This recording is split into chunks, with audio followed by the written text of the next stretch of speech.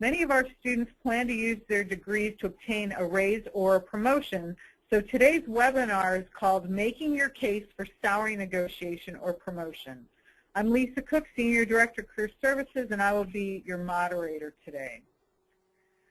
I'd like to briefly introduce the Career Services Center and our mission and our team. Our mission is based on preparing our learners to navigate career transition through educating, coaching, and advising them. Here is our Career Services team from left to right: Dina Berggren, Nicole Skalski, who is helping us with today's webinar, Denise Pranke, and Andrea Bricky. Before we introduce our presenter and get started with our topic, we would like to get your feedback. Nicole is going to launch a brief poll. Okay, thank you, Lisa. So we want to get your feedback on how comfortable are you with negotiating your salary or a promotion. So really, how comfortable do you feel with this process? Are you very comfortable, neutral, uncomfortable, or very uncomfortable? And hopefully we'll be able to help address some of these questions and help prepare you during the webinar. Okay, an interesting variety of answers coming in. We'll give it a few more seconds for everyone to vote. And we're going to close it in, but it looks like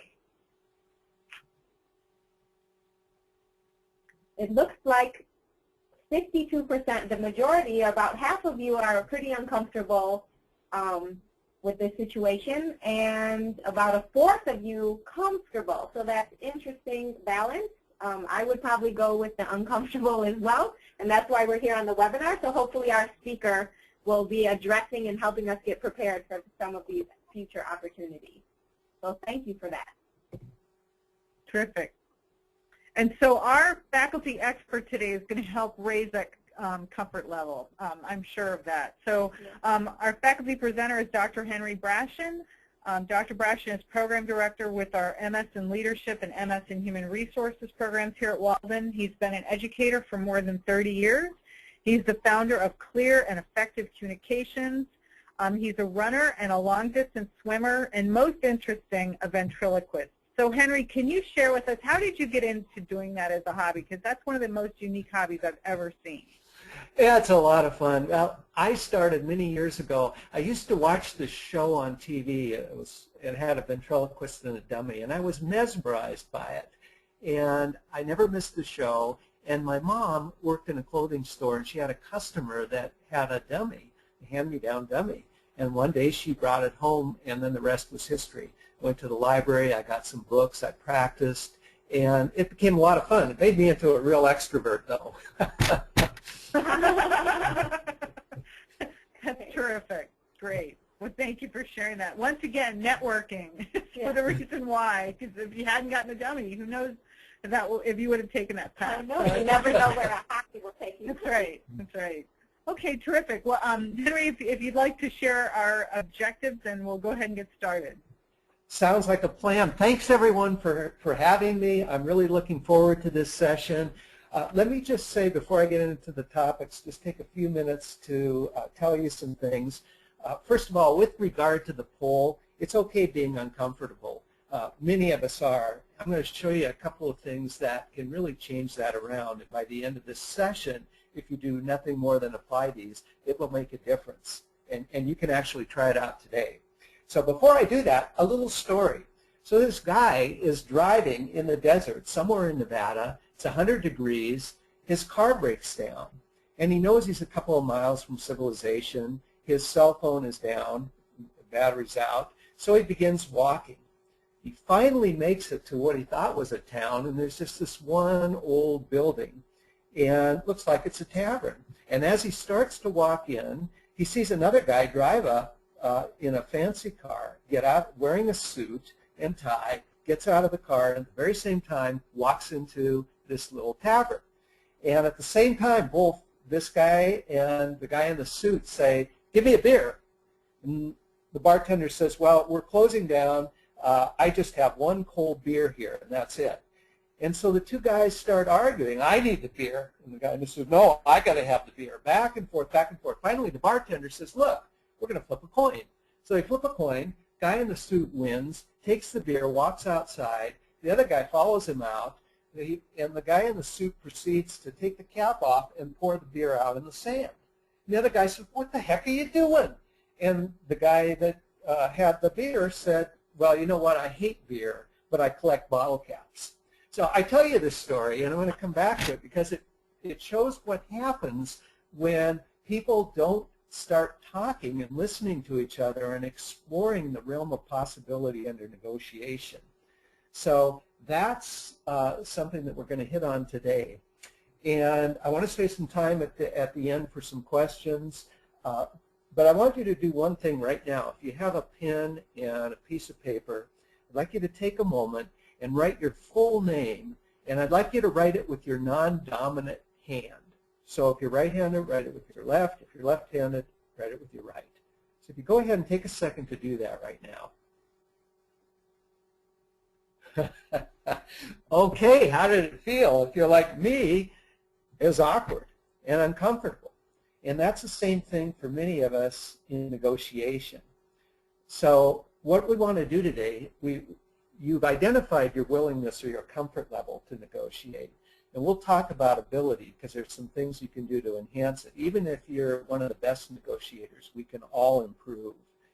And then we'll talk about necessary steps toward negotiation, whether it is for salary or promotion. You can approach it the same way. And then we'll specifically talk about salary, and then we'll specifically talk about promotion. And we'll do all of that in the next 6 hours. Oh, wait a minute, we don't have 6 hours. We could use it, but we don't. So I also want to let you know that we have a very remarkable woman, Terry Helfer. She's unable to be here today, but Lisa Cook is going to share her story towards the end.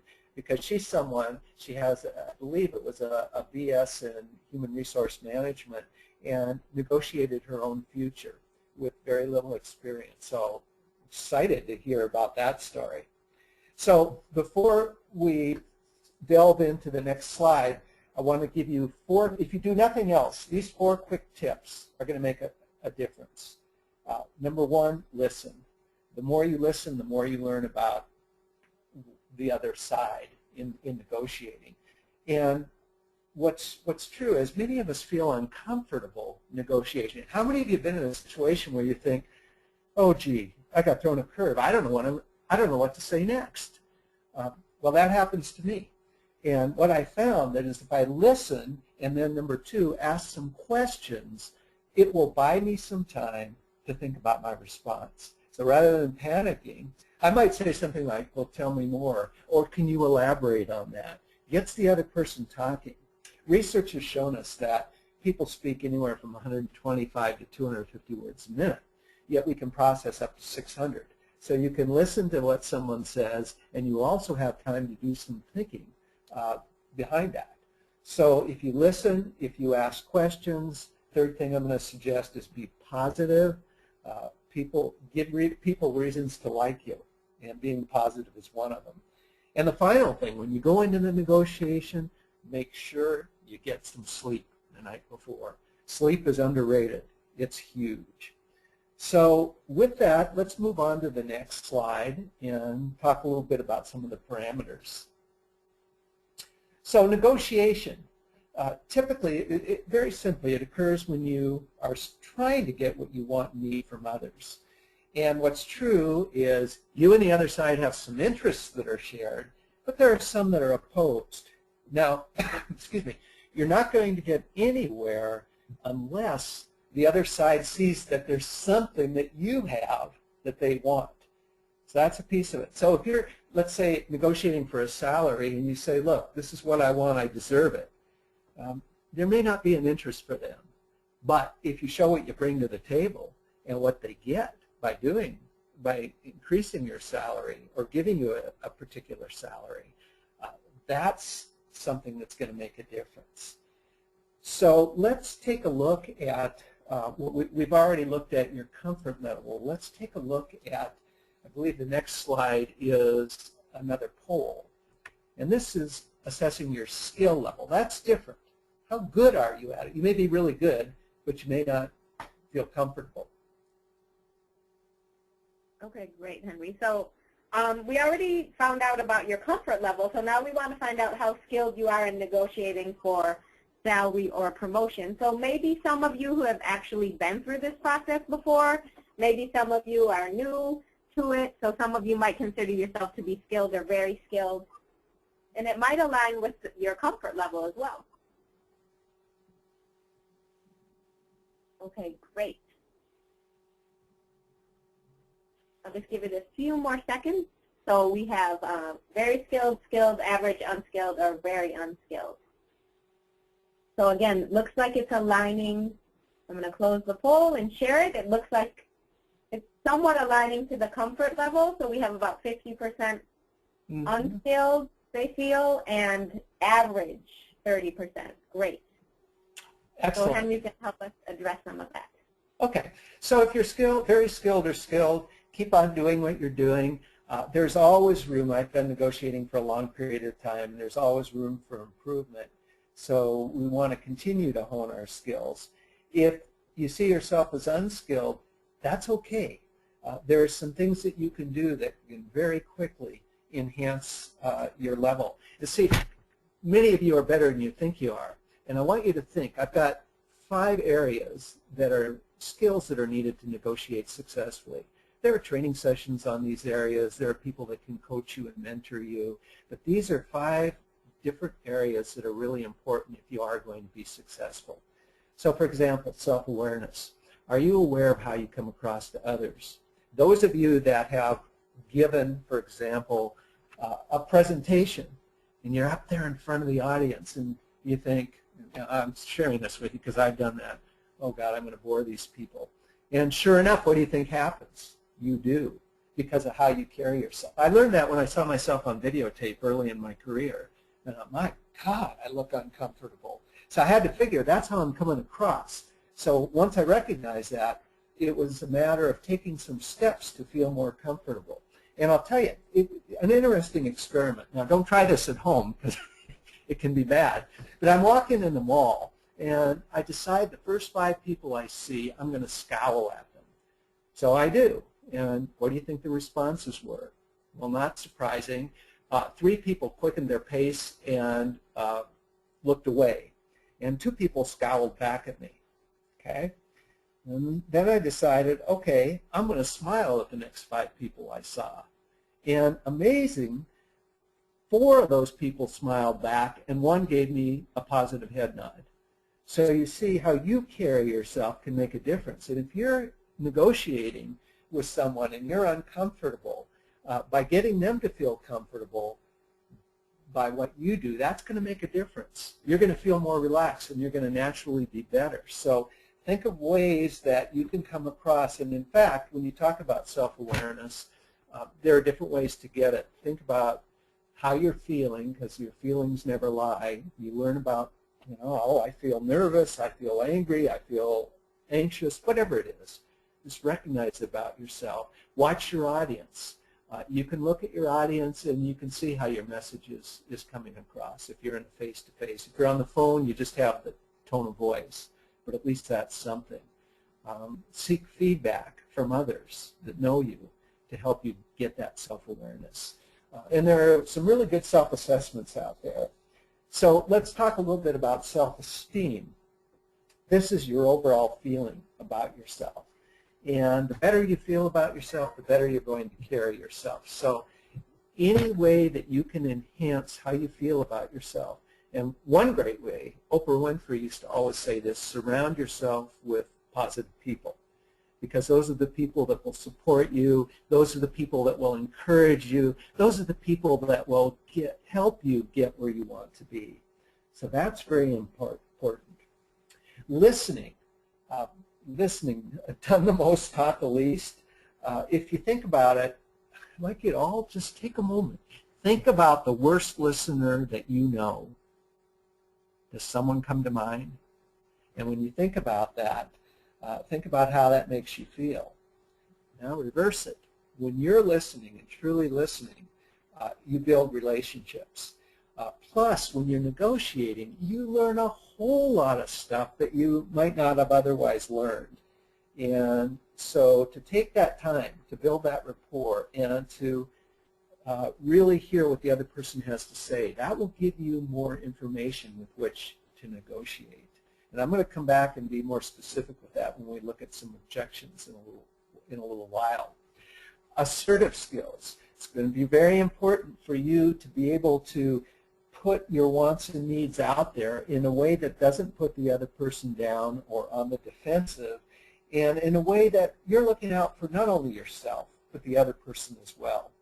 So if you don't ask for what you want, you're likely never to get it. And that's where the assertive part comes in. But you use that once you've built the relationship.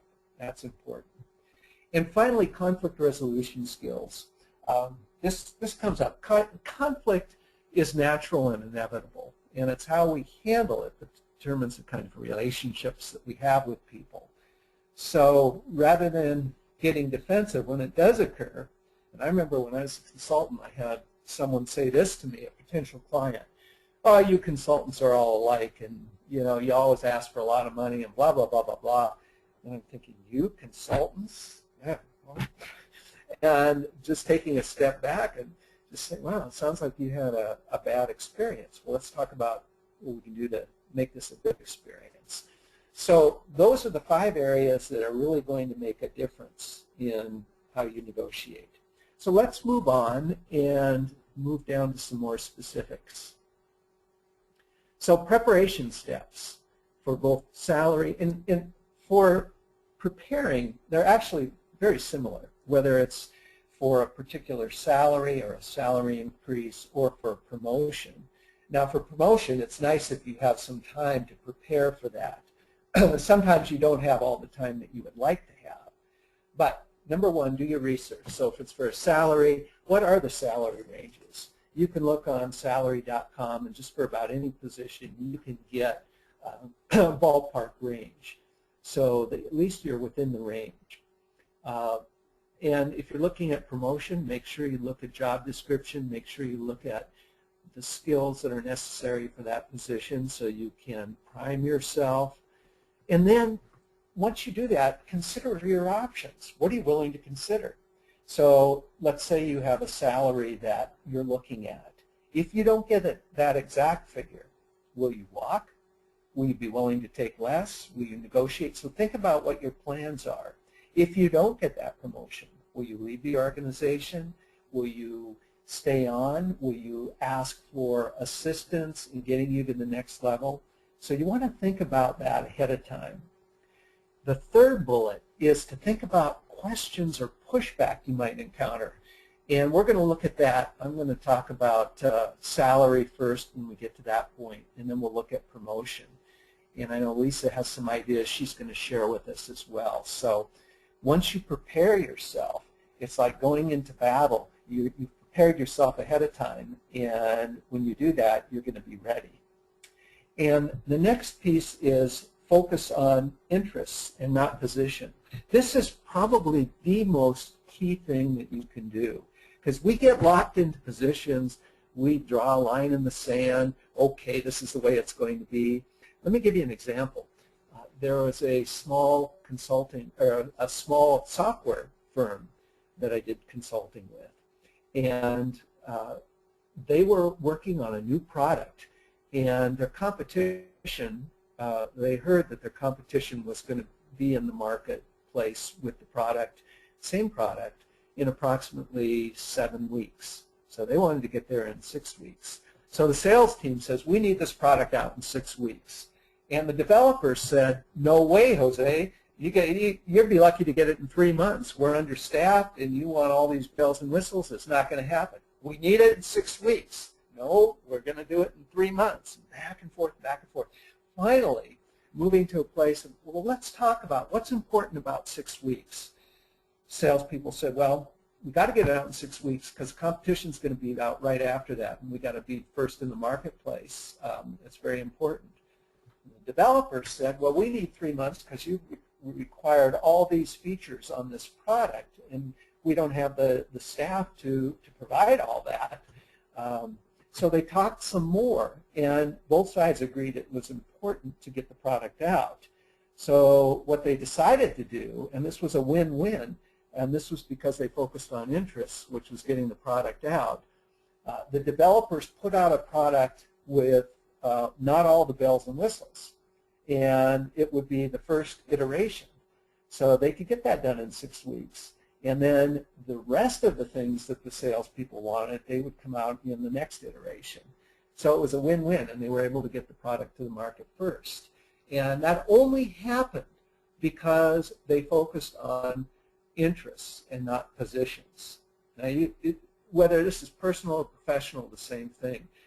My wonderful wife Nancy and I were once discussing a vacation, and she said, I want to go to the mountains. And I said, I want to go to the ocean. So we compromised and went to the mountains. Oh, no, wait, that's not a compromise.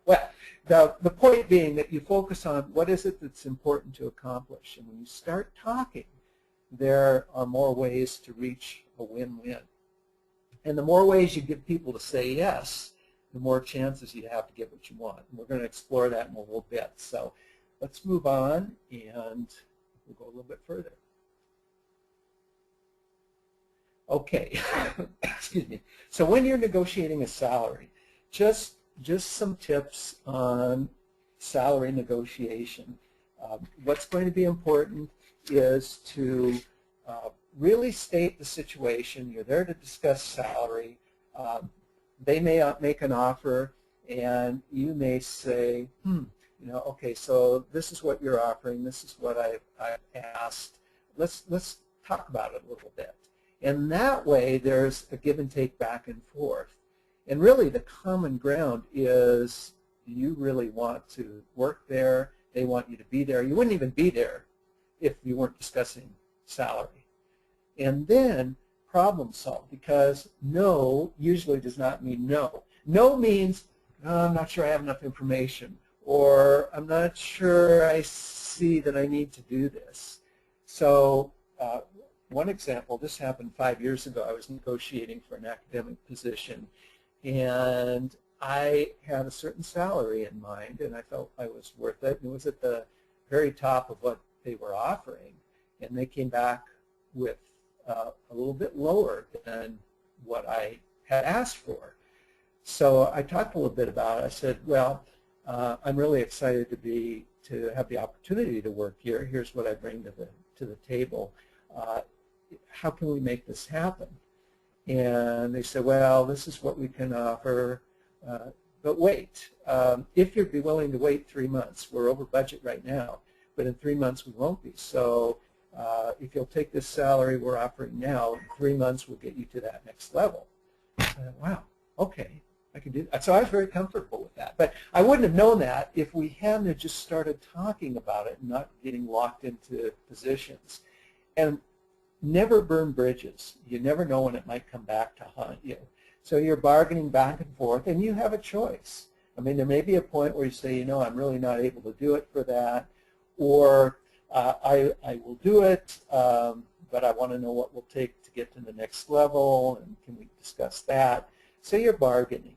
And then closing is just a summary and the thanking the person.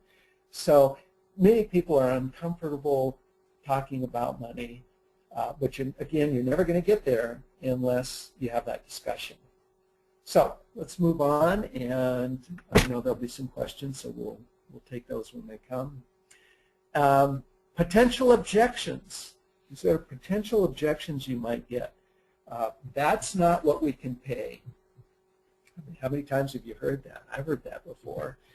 And at that point, what I will typically do, and again, remember I said at the beginning, ask questions, listen. I might say, well, tell me a little bit more. I mean, what is it about the salary that doesn't work?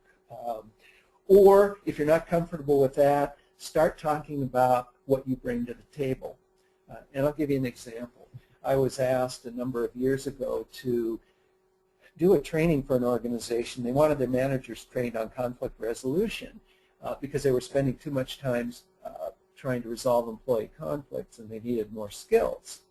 So they wanted some very specific things, and these things take time. They wanted it customized, so I had to learn all about the organization. I had to do some interviewing. I had to do an assessment.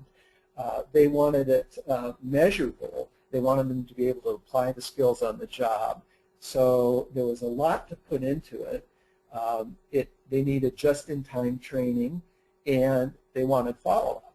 So I reminded them of all of those things that I would do for them, and made them, that's when they thought about it, and they realized there was really a lot to that. So, okay, I can see that. And another objection that you might get is, well, somebody else can do it for less. And that's always true. You're always going to find somebody that might do it for less. And rather than saying, well, you get what you pay for, you take the positive route. And you say, well, I understand that. But remember, this is what you want. So you want to make sure whoever is doing it provides you with this and shows you how they're going to do it, just like I'm going to show you how to do it. Third, you have no track record with us. One response to that is, sounds like that's important to you. Well, let me tell you what I do have. I've got some great references, and I'm going to tell you how I'm going to do what you want and when I'm going to do it and the specifics. And when you do that, and you've built a rapport with them, and you show them what you're going to do, that's going to make a difference.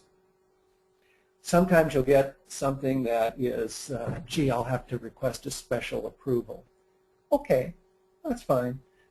When can we get back and discuss that? Or would tomorrow afternoon? Sometimes if you give someone a forced choice, it's like you might say, no, I totally understand that. If you can get to this person in the next day or so, can we talk at the end of close of business tomorrow or the following morning? What works for you? So you're giving people a chance to say yes, which is always great. Now let me see. Lisa, was this the point where you had some others to share? Or was it under promotion? It's actually under promotion, Henry. Thanks for asking. Yep, I'll come back. So I'm going to talk a little bit about positioning yourself for promotion, and I'm going to turn it over to Lisa for some other thoughts.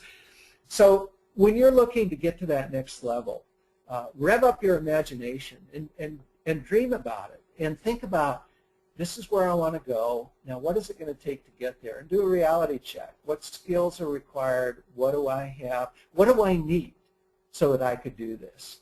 And once you do that, then you want to develop a plan. How am I going to get there? And this plan will include several parts. It might be attending relevant workshops and classes to hone your skills in those things that the job requires. Finding a mentor and a coach. This is paramount. So a mentor is someone within the organization. They know the ins and outs. They know the politics of the organization. They know people. They can really help you get you where you want to go. They can show you some things that would be very useful to get to that next level. A coach, and this is often someone external, a coach can guide you in interpersonal skills and technical skills and job skills and learning those things that maybe you don't have. They will help you get there. Hands-on training. A sponsor.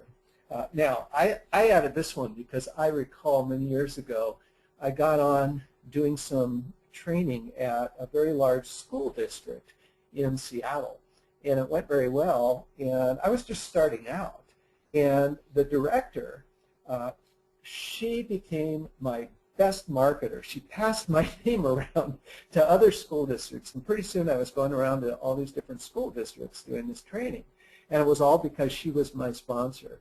She opened doors for me. She was very well respected. I was nobody, and she made the difference. Google Alert. That in the area, if you're looking at a promotion, you're looking at a particular content area you need to be an expert on, Google, you can set this up so it provides news feeds and information on that. So that's another approach. And just a few more on the next slide. Joining associations. It typically in your field, for me, excuse me, I joined the International Leadership Association and also the Society for Human Resource Management, because those in my field are areas where I'll learn about opportunities, I'll learn about more content, and I'll especially be able to do networking. Volunteering on the job. Never say no. Now, what you can do when somebody says, would you be willing to do this? Well, I can do this. So instead of saying, no, I can't do this, I don't have time, I can do this, but I've got these 3 priorities on my plate. Can you help me prioritize so I can get this done? But volunteering for things that you'd like to do and even things that you don't really sends a message, and you become a go-to type of person, and organizations love that. Seek feedback from your coach, from your mentor, from others. How are you coming across? How can you do better? Very important. Be positive. I can't say enough about that. When you're positive, you're going to put the other person at ease. You're going to build a relationship. People enjoy being around those that are positive. And finally, never give up. You might. I've often said I'd like to publish an anthology of all my rejections, but you keep on trying, you're going to get there. You're going to have a lot of wins. So at this point, I believe, Lisa, you have some others that. Oh wait, I'll go through these here first. So some objections that you might get. You are too new. Okay, so you're in the organization, you're looking to be promoted, and they tell you you're too new. Well, one thing you can do is say, well, it sounds like that's a concern. Can you tell me more? Well, sure. We need somebody here that understands how things are done. I'm glad to hear that. So if you had that, is that something that would be important to you? Well, sure. Great. Let me show you how I do that.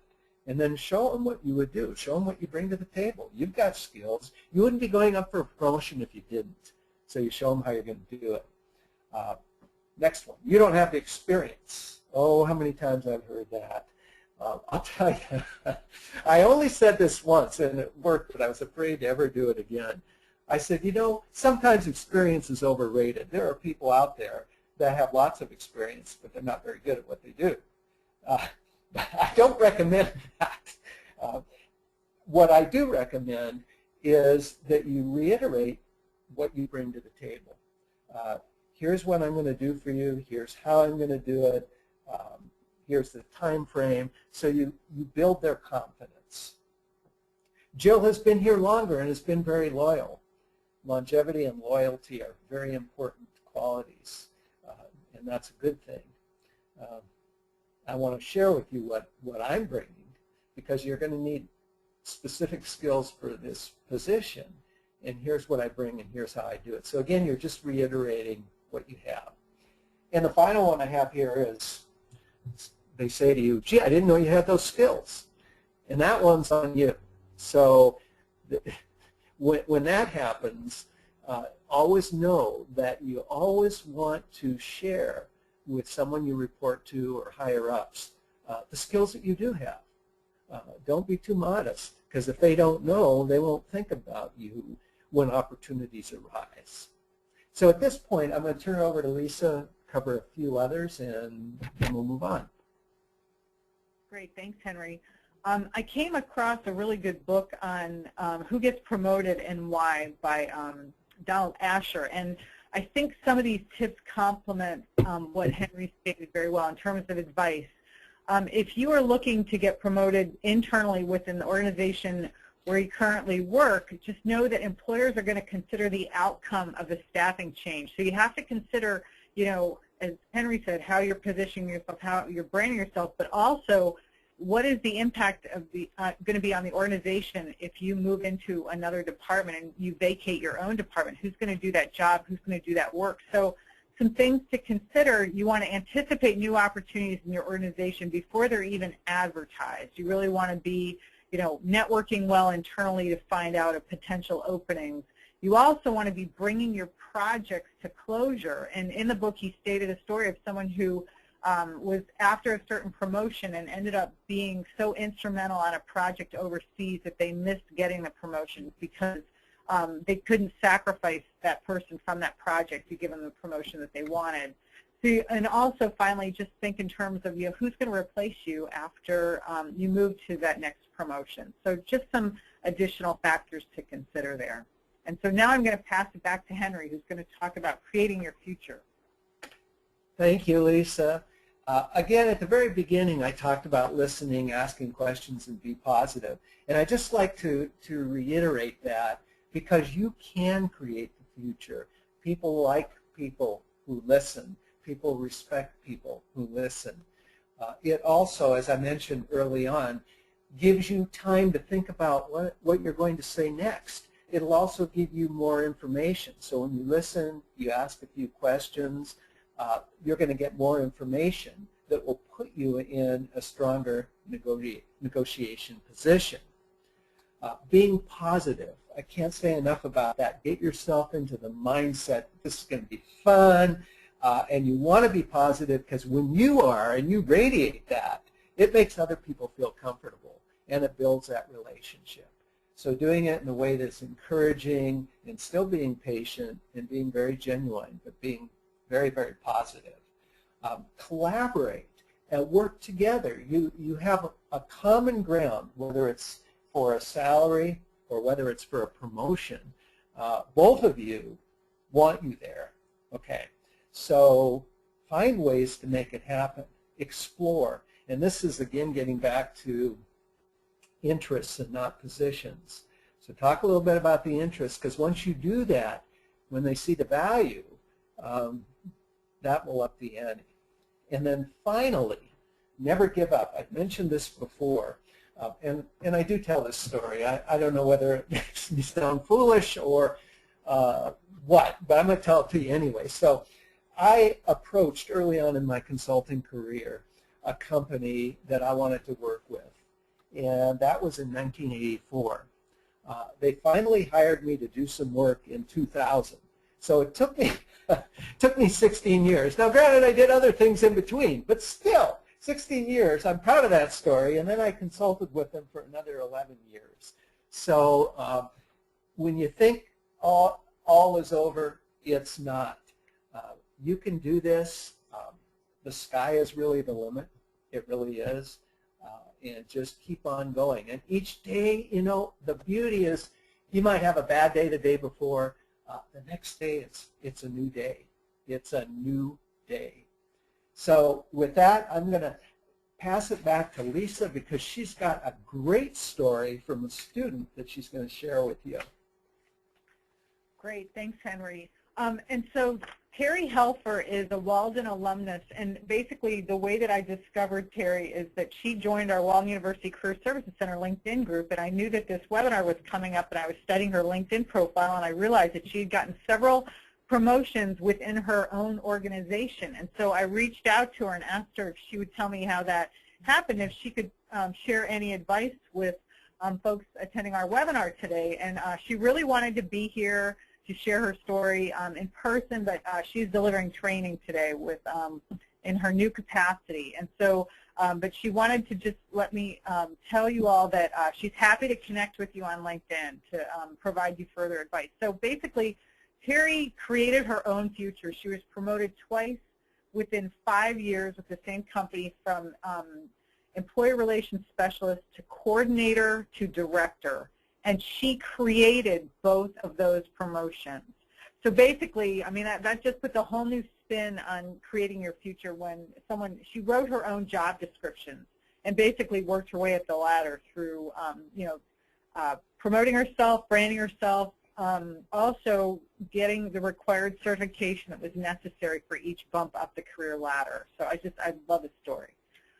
And so we have one more slide on that. And so her advice for students: make yourself invaluable to your employer.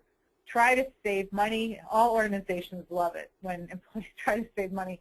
Be creative, improve processes and systems, and track trends in your field. Identify the requirements for the next bump up the ladder, such as earning a degree or getting any type of license or certification for that next promotion. Close any experiential and qualification gaps that you might have. So remove those blocks. And she continues to maintain her next promotion, focus on that next promotion, which for her is a vice president position. So, because I asked her, I said, so what's next for you? And she said, well, you know, I got my eye on the vice president position. That's terrific. So talk about a positive, can-do, proactive spirit that she brings to the table. So I'm sure her employer is very, very fortunate to have her. So, and I wish she could have been here, but anyway, we really appreciated her sharing her story with us. So with that, we're going to go ahead and open it up to questions. And so it looks like we have a couple questions coming in, and just a reminder, please, if you have a question, just type it in the questions box. First question is, how do you get a sponsor? So Henry, you talked about mentors and sponsors. How do you get a sponsor? That's a great question. There are a variety of ways to do it. Early on in my career, I got my sponsor by landing a gig doing training, and it went well. And she'd been in the business a long time, so she was able to pass my name around. What I'd recommend now, and this was many years ago, is if you can join an organization. For example, if you're a student and you join SHRM, Society for Human Resource Management. I just use that as an example because that's one of my programs. But it could be anything in your field. If you're in project management, the Project Management Institute, each discipline has something. And that gives you an opportunity to go to a conference, to network, to meet folks. And with SHRM, as with many other organizations, there are local chapters. And so what you can do there is go to those meetings. Many are for free, and that's another way of networking and meeting people to find out what you can do. And then you ask them, can you help me? Because people love to be able to help others. They really do. You can use social media. You can use LinkedIn, letting people know that the skills you have and getting endorsed for that. And often people will know places where you can go to solicit a position that you really want. So there are many opportunities out there. You just have to take a look and get them. The other thing you can do if you're within an organization, if you have a mentor within the organization, and that's usually someone higher up, not someone you necessarily report to. In fact, most of the time it's not. But that person can recommend sponsors. If you have a coach, many organizations provide coaching services for their employees, and coaches are a great source of knowledge on sponsorships. And so getting someone that can market and promote you, that's really what it's all about. So those are just some ideas. Hopefully there's something there that can be helpful, and the next step is going out and trying it. Great, thank you, Henry. A next question, I'm interviewing next week for a CEO position with a new company. How can I negotiate the salary if I don't know what they're offering? That's also a very good question. There are websites out there, I believe salary.com is one, which can identify salary ranges for different positions, both in the public and the private sector. And so while you never know exactly what it is, you can have a pretty good range, and they'll have knowledge of what you're currently making, or they'll ask you about it, or they'll ask you about salary needs. So if you're at least within the ballpark, that's going to help your cause. So again, look on websites, check your network. There might be someone that could say, oh yeah, because it varies in a lot of organizations. So any way that you can get using either salary.com, somebody that you know that can point you in the right direction. But that will really be helpful. If you can get at least a ballpark, you'll be more comfortable going into it. Great, thank you. Another question from Celeste. My current position is being eliminated. The only other position within the organization is a lower pay grade.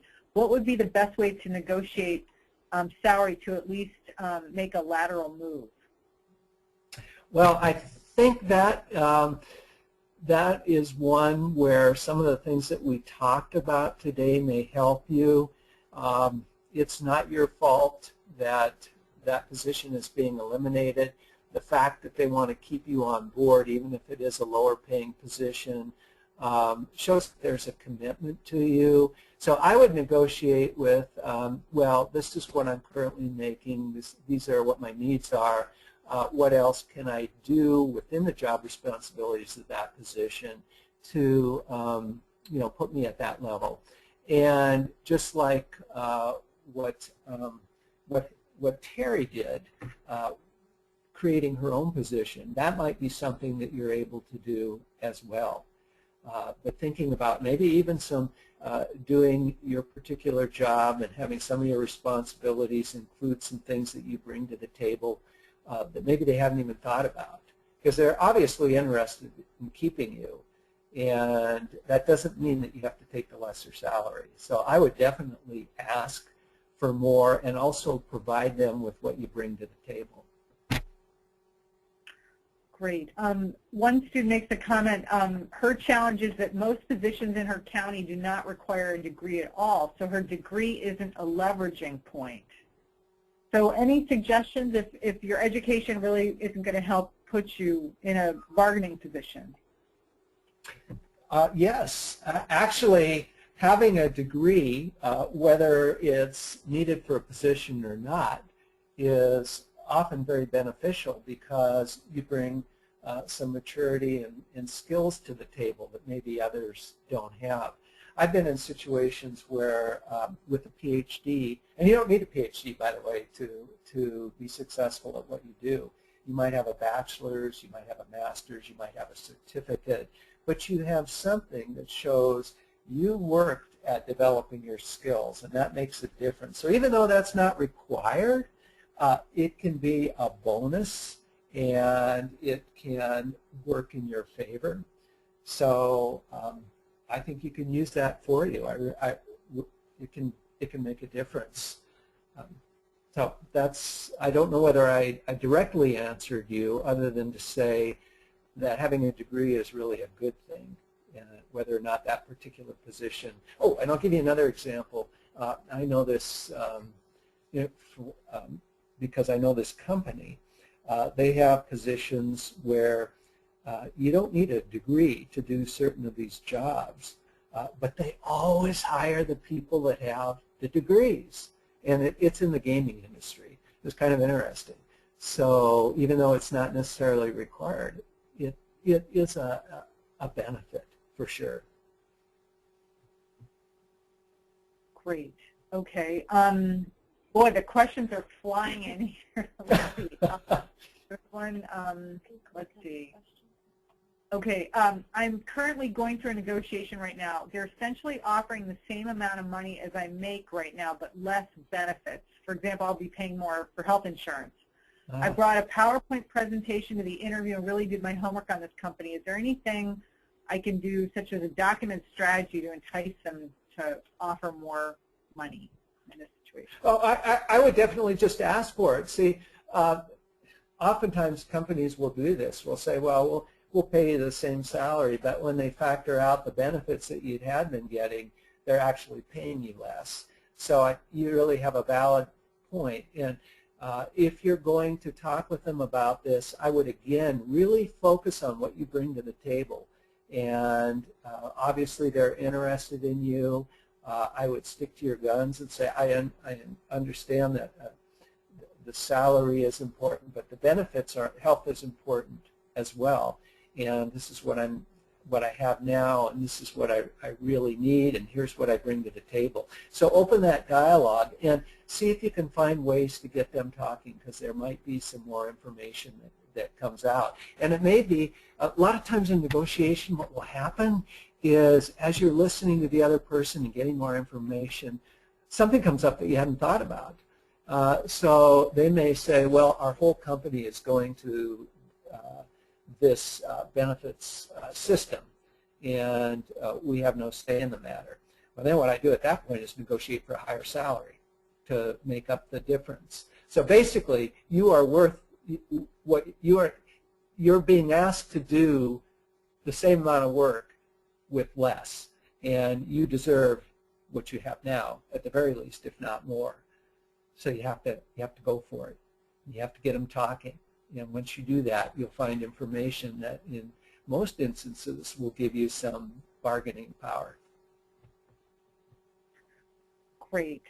Another question, an employer wants to hire me to manage and grow his organization, but they're offering lower pay than I make right now. How do I negotiate that?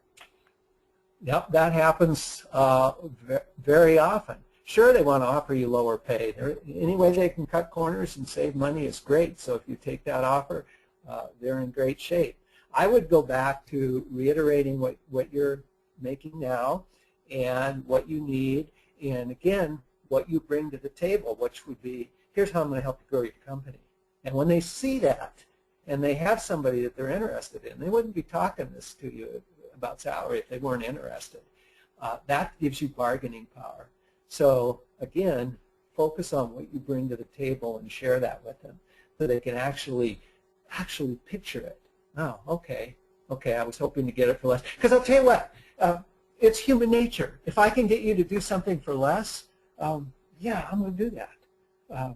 But on my, if you bring what I need to the table, then you've got the bargaining power.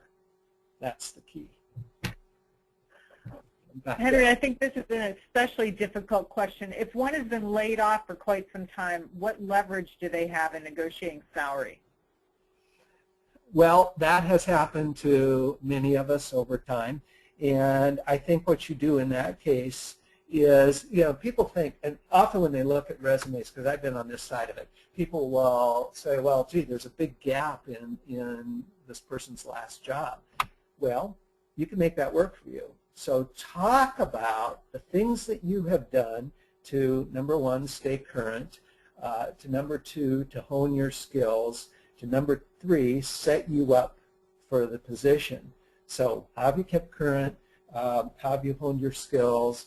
How have you set yourself up? So you answer those things, then the layoff is not going to work against you. They want to be sure that you're the right person and that you have the skills they need. So if you can do that and show them and not feel defensive about, oh, gee, this is a layoff. Back in 2008, most of us got laid off or lost. My consulting business took a huge dive back then because of the Great Recession. So it's happened to most of us, and you can make it work for you. Okay, Henry, this is Nicole. Okay, so this is an interesting question because it's not directly salary, but it's definitely negotiating. So the student says, my question pertains not actually getting a promotion or salary, rather convincing an organization to allow me to work from home. I have many years of experience. I'm on top of my game. Soon I will be relocating and would like to take the position with me. I will also be continuing with my graduate studies at Walden. I have asked before and they have turned me down several times. I've presented my case several times and received positive feedback from half of the decision makers. The other half have told me, well, no, we've never done this before, quote unquote. I even told them this could be, on a trial basis, and if it didn't work out, I continue to work on site. What do you suggest? So I thought that was interesting because telecommuting is really growing right now. Exactly. I'm chuckling because I hear that a lot. Well, we never do that. We've never done that. We don't do that. I mean, that's like, okay, so you haven't. So what precludes you from doing that? I can tell you that a lot of organizations may have had that experience with people that have telecommuted. You're obviously very sophisticated, very smart, very motivated, very dedicated. So that's what you got to show them. So what I would start with is this time I would ask them to tell me a little bit more about, it sounds like you have some concerns about this. Let's discuss this. And as you do that, you're going to get more information. And then you're going to be able to build your case. I would hold off on saying we can do this on a trial basis and use that as your last bargaining chip because you may not have to go there. You don't want to give them your best chip at the beginning.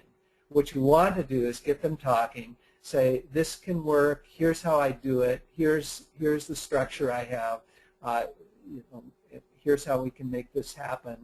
And then, and only then, if you meet any resistance, you can offer to, well, let's try this on a trial basis because this will work better for me, and if it works better for me, I can give more to the organization. I mean, there's a whole bunch of benefits telecommuting.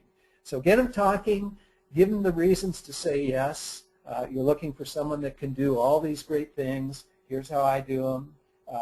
Here's what can happen. And plus it saves you the commuting time, which is more time for work and focusing on the organization.